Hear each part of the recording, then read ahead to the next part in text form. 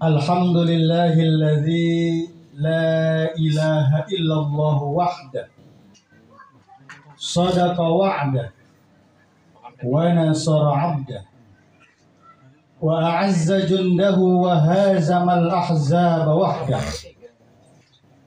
Ashhadu an la ilaha illallah wa ashhadu anna Muhammadan 'abduhu wa rasuluh. Allahumma salli wa sallim ala nabiyyina Muhammadin wa ala alihi wa ashabihi wa man tabi'ahum bi ihsanin ila yaumil qiyamah. Ma syaa Allahu kan wa ma lam yasha lam yakun, la haula wa la quwwata illa billah. Qala Allah Ta'ala fil Qur'anil Karim, a'udzu billahi minasy syaithanir rajim. Ya ayyuhalladzina amanu taqullaha haqqa tuqatih wa la tamutunna illa wa antum muslimun. Khalaqakum min nafsin wahidah wa khalaqa minha zawjaha وبث منهما رجالا كثيرا ونساء واتقوا الله الذي تساءلون به والأرحام إن الله كان عليكم رقيبا.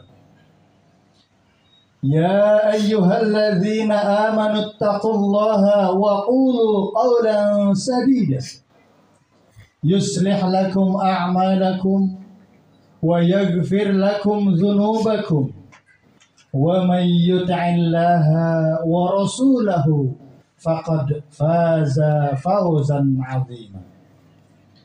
فإن أصدق الحديث كتاب الله وخير الهدي هدي محمد صلى الله عليه وسلم وشر الأمور محدثاتها وكل محدثات بدعة wa kulla bid'atin dhalalah wa kulla dhalalati finnar. Para ikhwan dan akhwat yang dirahmati Allah, alhamdulillah, hanya dengan karunia Allah Subhanahu wa taala, hanya dengan kasih sayangnya, ini adalah tempat yang mulia. Dan insya Allah setiap langkah kaki, niat ikhwan dan akhwat semua untuk hadir di majlis ini akan dicatat oleh Allah Subhanahu wa taala sebagai pahala yang berlipat ganda. Sebelum saya lanjutkan, saya mau kasih pantun dulu coba. Beli bakso dikasih gulai, beli tanaman dikasih bonsai. Nah, kalau tausiah sudah dimulai, dilarang pulang sebelum selesai. Ikhwan dan akhwat yang dirahmati Allah, sebenarnya di sini banyak sekali para asatidz ini. Ada Ustadz Nasrullah, ada Ustadz Fahmi, dan Ustadz yang lain, Ustadz Buddha, Ustadz Dindi. Tapi saya dari Sombrang jauh diundang ke sini, luar biasa. Rupanya walaupun saya jauh di mata, ternyata dekat di hati. Biar seru. Masya Allah. Undang jauh biar seru. Ikhwan dan akhwat yang dirahmati Allah, Rasulullah Shallallahu Alaihi Wasallam pada setiap kali beliau menyampaikan nasihatnya, pada setiap kali beliau menyampaikan tausiahnya, Rasulullah senantiasa mewasiatkan tentang takwa. Karena ternyata takwa ini adalah merupakan puncak prestasi tertinggi bagi manusia. Apa sih yang dimaksud dengan takwa? Dalam kitab tafsir Ibnu Katsir di sana dijelaskan, takwa itu adalah menjalankan seluruh apa-apa yang Allah perintahkan dan menjauhi seluruh apa-apa yang larang. Karena apa? Karena takwa adalah merupakan puncak prestasi tertinggi bagi manusia. Allah Subhanahu wa taala mengatakan dalam surah Al-Hujurat ayat ke-13, yang ini sudah masyhur kita hafal. A'udzu billahi minasyaitonir rajim. Ya ayyuhan nasu taqu rabbakumul ladzi. Ya ayyuhan nas. Inna khalaqnakum min dzakarin wa untha. Wa ja'alnakum syu'uban wa qabaila lita'arafu. Inna akramakum 'indallahi atqakum. Innallaha khabirum bima ta'malun. Allah Subhanahu wa taala mengatakan, wahai manusia, sesungguhnya kami ciptakan kamu dari jenis laki-laki dan jenis perempuan. Wa ja'alnakum syu'uban wa qabaila lita'arafu. Dan kami jadikan kamu berbangsa-bangsa.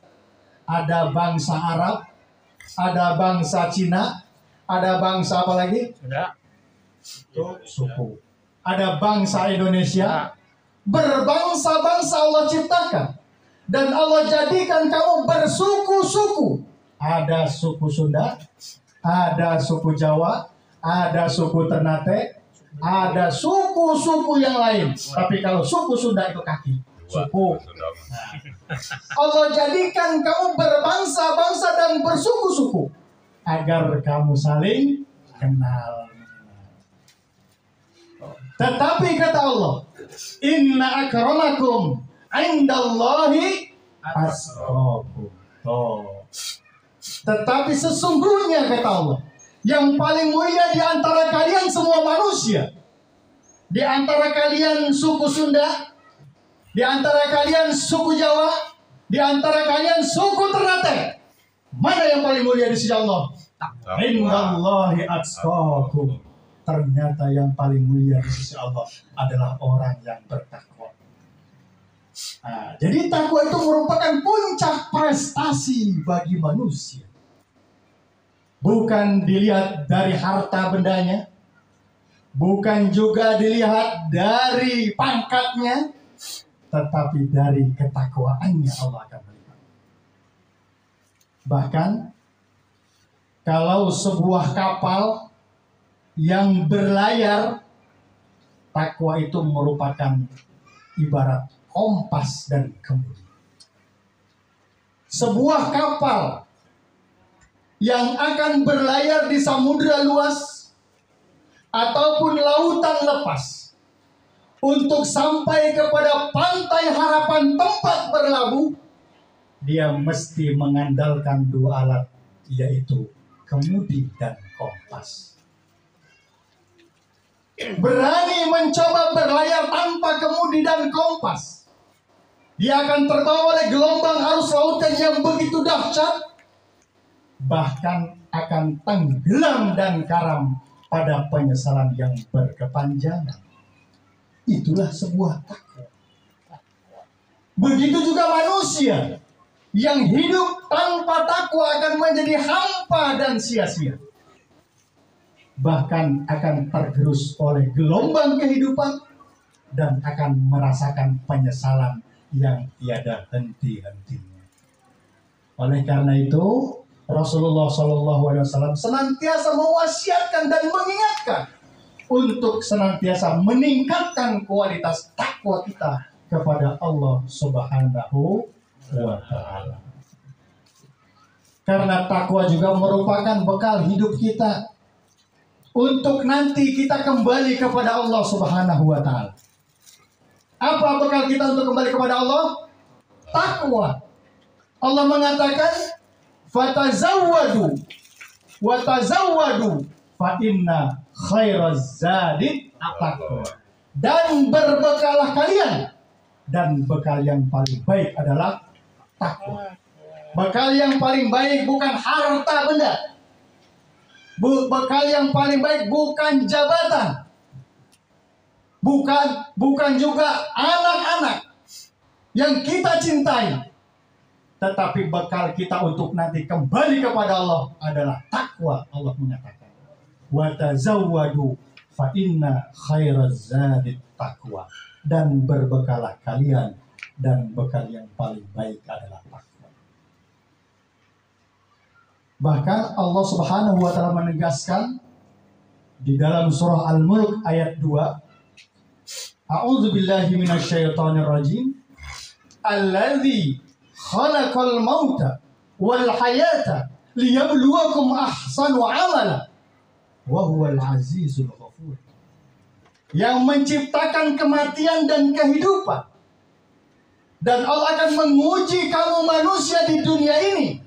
Siapa amalnya yang paling baik di antara kalian? Oh. Jadi kita diberi kesempatan untuk hidup ini, Allah akan menguji. Siapa amal yang lebih baik di antara kalian? Bukan harta benda yang Allah lihat. Bukan juga paras yang Allah lihat, tetapi amal ibadah kalian yang akan menjadi penilaian utama oleh Allah Subhanahu wa taala. Bahkan Allah Subhanahu wa taala mengatakan dalam sebuah hadis qudsi, Rasulullah sallallahu alaihi wasallam bersabda, "Innallaha la yanzuru ila suwarikum wa amwalikum, walakin yanzuru ila qulubikum wa amalikum." Sesungguhnya Allah Subhanahu wa taala tidak akan melihat parasmu, tidak akan melihat wajahmu, juga tidak akan melihat harta bendamu, tetapi yang dilihat dan dinilai oleh Allah Subhanahu wa taala tidak lain adalah hati dan amal perbuatanmu. Walaupun Pak Dindin ini ganteng, parasnya enak dilihat, tetapi kalau amalnya tidak sesuai, maka Allah tidak akan melihat. Wajahnya ganteng, amalnya juga ganteng, itulah yang akan dilihat oleh Allah Subhanahu wa taala. Allah akan melihat hati dan amal perbuatan. Ternyata amal yang kita lakukan di dalam kehidupan ini, kalau itu kebaikan, itulah yang akan menjadi bekal hidup kita nanti kembali kepada Allah Subhanahu wa taala. Maka mungkin saya cukupkan sampai di sini. Insya Allah lain waktu kita akan sambung kembali. Mudah-mudahan apa yang saya sampaikan bermanfaat, khususnya buat diri saya. Apabila ada yang benar, itu datangnya dari Allah Subhanahu wa taala. Al-haqqu min rabbik fala takunanna minal mumtarin. Apabila kebenaran itu mutlak datangnya dari Allah, dan jangan ragu-ragu. Dan apabila ada yang salah, itu datangnya dari pribadi kami sendiri, dan kami pun beristighfar kepada Allah Subhanahu wa taala. Akhirnya pun ada pepatah mengatakan, ada sebuah pantun, memang manis sebuah rambutan, enak dimakan perlahan-lahan. Nah, memang setiap ada pertemuan, pastikan ada perpisahan. Al-afu minkum, wassalamualaikum warahmatullahi wabarakatuh.